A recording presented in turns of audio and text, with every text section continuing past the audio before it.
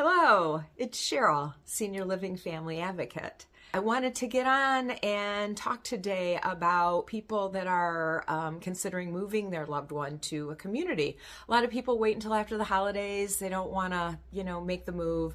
The weather's starting to break a little bit, and people are starting to think about moving their loved ones to a community. So I've been doing tours, and a lot of questions, similar questions are always asked.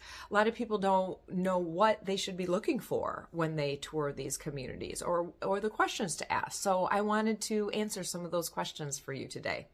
Also, if you go to my website, there is a pop-up and you can put your email address, and I have a PDF. It's called Tips and Touring Observations for Communities. So you can download that and print it off if you'd like. And I also have a blog section on my website that might be really helpful. It has all my videos that I've ever done, and there are blog posts and lots of things. Hopefully, maybe some of the questions you might have about senior living might be answered there. So wanted to let you know that. But let's talk about the topic of touring a community. Start from the beginning. What happens when you pull in? You pull into a community, what's your first impression, right? What do the grounds look like? The outside of the building, is it kept up? I had a lady that actually I talked to recently that did a tour, and when she pulled in, the sidewalk hadn't been shoveled. She's able-bodied, but she said, well, what about somebody with a walker or a wheelchair? And we haven't had snow for a good 5 days. So, that's a little bit of a red flag. She also said there were some leaves piled up along the building under the snow. So it looks like that had never been taken care of. It might be explained, it might not be, but these things leave impressions on people. So not a great first impression. When you go in, how are you greeted? Is it a friendly atmosphere?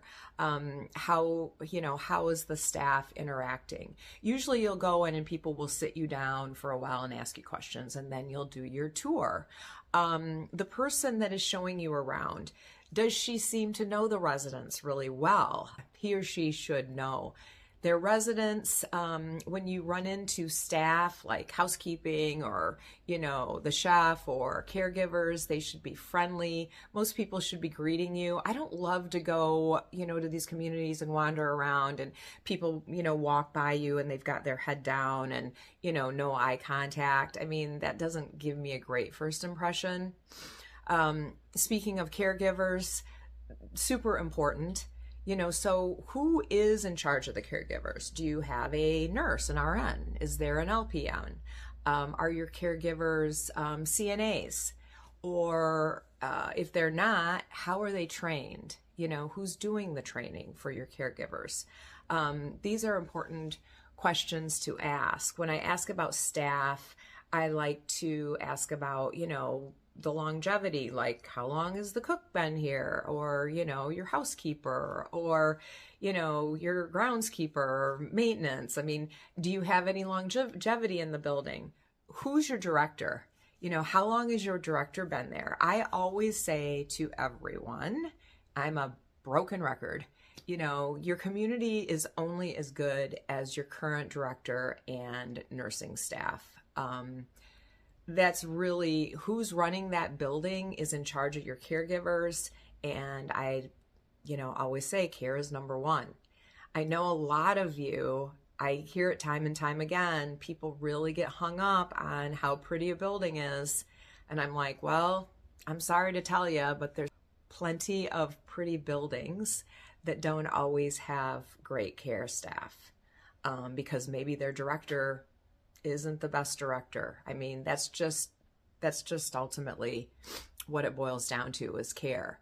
So, I really think when you're touring these communities, asking about the care staff, is number one.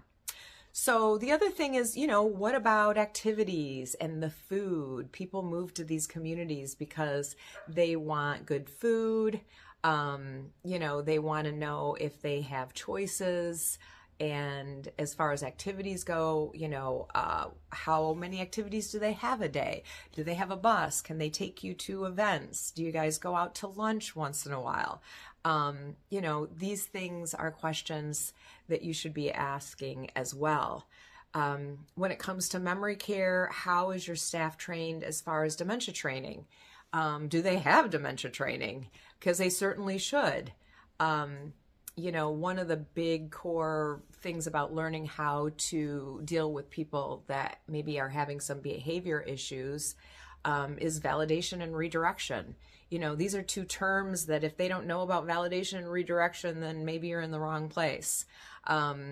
So I guess other than, looking for the size of the apartment, I know that's very important to a lot of people. But I just don't find it number one.